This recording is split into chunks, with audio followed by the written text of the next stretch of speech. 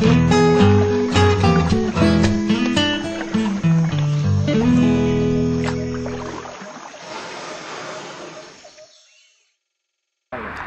pessoal da JPTV e do portal JP News, estamos aqui no Entrevista na Beira do Rio, no Porto das Laranjeiras, num dia muito frio, entrevistando o Marcelo Cardona. Esse é o segundo bloco, já falamos com ele no primeiro bloco sobre as atividades dele nos ramos imobiliário, da construção civil. Agora vamos entrar em outros assuntos. O Marcelo foi presidente da ACI.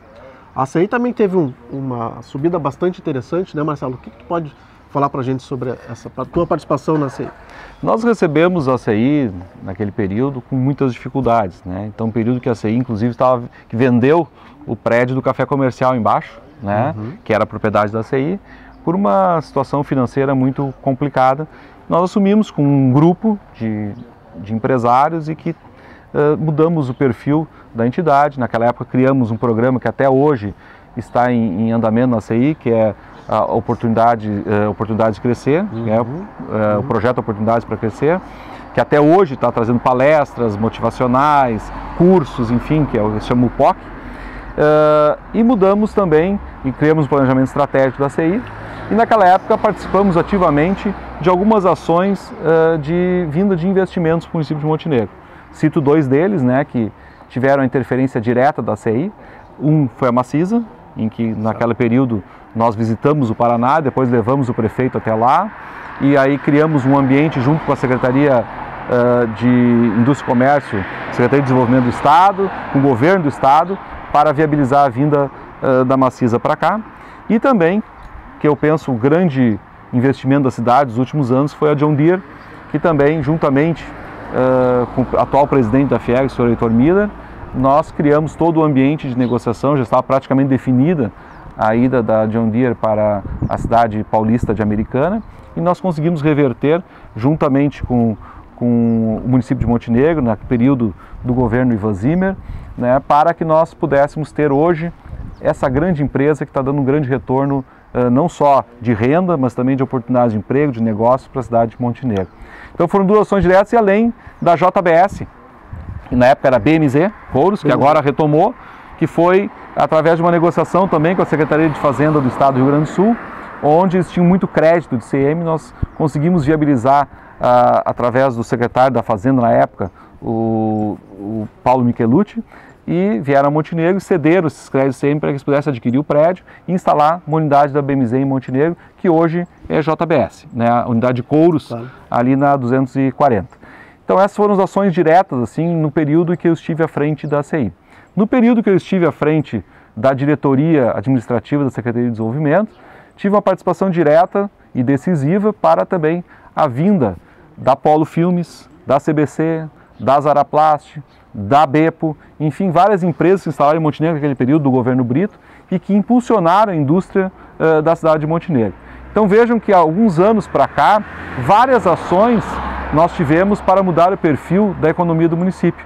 Hoje a grande fonte de renda do município de Montenegro é a indústria, e ela é impulsionada por todas essas empresas que eu citei, que são de pouco tempo para cá no município de Montenegro. Nós estamos falando aí de 1995 para cá, nós não temos nem 20 anos, né, é verdade, de que essas empresas estão instaladas. Nós estamos falando aí de Axion, de Macisa, de John Deere, de Polo, de Zaraplast, que fechou, de CBC, de BMZ, enfim, uma série de empresas que hoje sustentam a economia do município de Montenegro.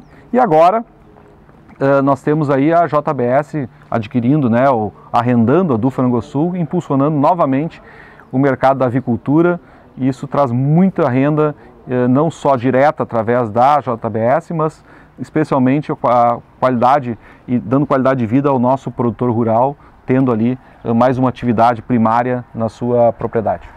Tá certo. Marcelo, a tua participação, tua passagem pela Câmara de Vereadores, pelo Legislativo, foi bem marcante. Pelo menos dois itens aí ficaram como legado hoje para a população de Montenegro e para a própria Câmara, né? Que foi a extinção da verba de representação para o presidente, quando tu eras o presidente, e também a questão da diminuição do tempo, do período de férias dos vereadores. Fala um pouquinho sobre esses dois assuntos. Bom, eu quando assumi a Câmara no primeiro mandato, em 1993, foi uma situação muito interessante, porque nós assumíamos em férias, né? E o parlamento funciona assim. É verdade. Né? Os legislativos funcionam assim. Eles estão em recesso. E eu me lembro muito bem, Adriano, quando em janeiro, uma sexta-feira, estava na praia e tirei um extrato e tinha o meu salário na conta. E quando eu vi aquele salário na conta, eu disse, mas eu não fiz nada ainda, né? Eu estou de férias, eu comecei o meu mandato de férias e já estou recebendo. E em seguida eu já propus a extinção deste modelo que se chama recesso no parlamento. Sim. Quando nós assumimos em 1993, a Câmara de Vereadores tinha recesso em janeiro, fevereiro e julho. Então, se nós pegarmos 3 meses por ano, a cada 4 anos de mandato, nós tínhamos um de férias. Certo? Um ano de férias. Claro. 3 meses por ano, vezes 4, dá 12 meses. Então, de cada 48 meses, 12 eram de férias. A primeira iniciativa, juntamente com outros vereadores, foi de extinguir o recesso de julho. Então, foi extinto o recesso de julho e passou a ter recesso janeiro e fevereiro. E houve resistência dos pares? Houve resistência, mas foi vencida. O de julho passou mais tranquilo. Ok. Depois, eu apresentei extinguindo o recesso de fevereiro. E aí já foi mais difícil, né? Porque houve muita resistência. Eu apresentei durante 3 anos. E aí, no último ano... Não entrou na primeira. Não entrou na primeira. Foi extinto o recesso de fevereiro. E depois eu apresentei um projeto extinguindo o recesso no primeiro ano de mandato, em janeiro. Ok. Porque não fazia sentido, o prefeito entra em janeiro e a Câmara está em recesso. O prefeito quer fazer qualquer coisa no início do mandato e também não faz sentido os vereadores já iniciarem o mandato em férias. E aí também consegui a aprovação. Então hoje, a Câmara de Vereadores de Montenegro tem recesso em janeiro do 2º ano, janeiro do 3º ano, janeiro do 4º ano. Ao invés de 12 meses que tinha antes, agora tem 90 dias, 3 meses. Então isso reduziu de 1 ano de férias para 3 meses de férias durante os 4 anos.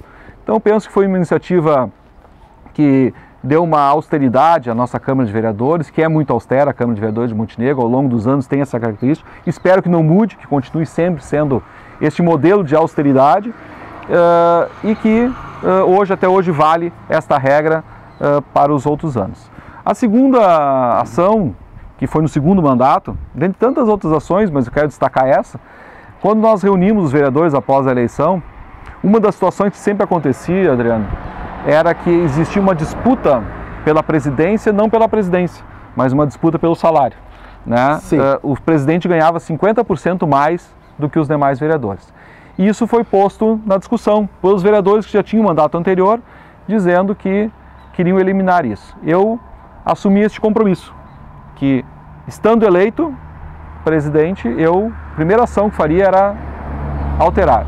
Propus, foi difícil, porque isso é uma coisa, quando nós fizemos também uma mudança, que foi um acordo que poucas vezes tinha acontecido na Câmara de Vereadores, que era dar condição para todos os partidos assumirem a presidência. Nós fizemos uma composição do Legislativo, onde naquela época todos os partidos tiveram a oportunidade de estar à presidência. Até então não era assim? Não. E até existia uma pressão muito forte por parte do governo, na época coordenado pelo prefeito Percival, de que nós tivéssemos um bloco de situação e que não trouxesse. Eu fui, assim, pelo meu partido também na época, mas principalmente pelo prefeito, de não aceitar essa posição, de compartilhar, por exemplo, com o PDT e com o PT, né, que não faziam parte da base do governo, a presidência da Câmara. E eu banquei essa posição e propus a extinção da verba de representação. E houve muita resistência também. A portas fechadas, o projeto tinha dificuldade de ser aprovado. Essa decisão podia ser só pela mesa diretora ou tinha que passar para o plenário? Tem que passar pelo plenário, né? E nós botamos na mesa, e depois que todos já estavam com a condição de ser presidente, aí alguns já não queriam mais que abrisse mão da verba de representação. E nós apresentamos, eu coloquei um prazo e, bom, se não tiver consenso a portas fechadas, vai para o plenário. E no plenário foi 10-0. Então, 10-0, bom, que beleza, né? Então foi aprovado. Então hoje o presidente da Câmara de Montenegro, desde o meu período de presidente, não tem mais verba de representação, não ganha 50% a mais de salário do que os demais vereadores. Tá certo. Bom, Marcelo, para encerrar o nosso entrevista na Beira do Rio, vamos falar um pouquinho do Marcelo esportista, né? Eu lembro do Marcelo jogando futebol na década de 80, final da década de 70, no Cantegril, no campo do Marcelo Dutra. Como é que foi o desenvolvimento do Marcelo no esporte? Nós somos de uma geração também que a gente acompanhou a Frangosul e depois, antes disso, o Rio Grandense no vôlei, né, com um despertar fantástico em nível de Brasil. Como é que foi a participação do Marcelo Cardona no esporte? Bom, eu sempre tive envolvido, ou como é também. Eu sempre tive envolvido com esporte, gosto, acho que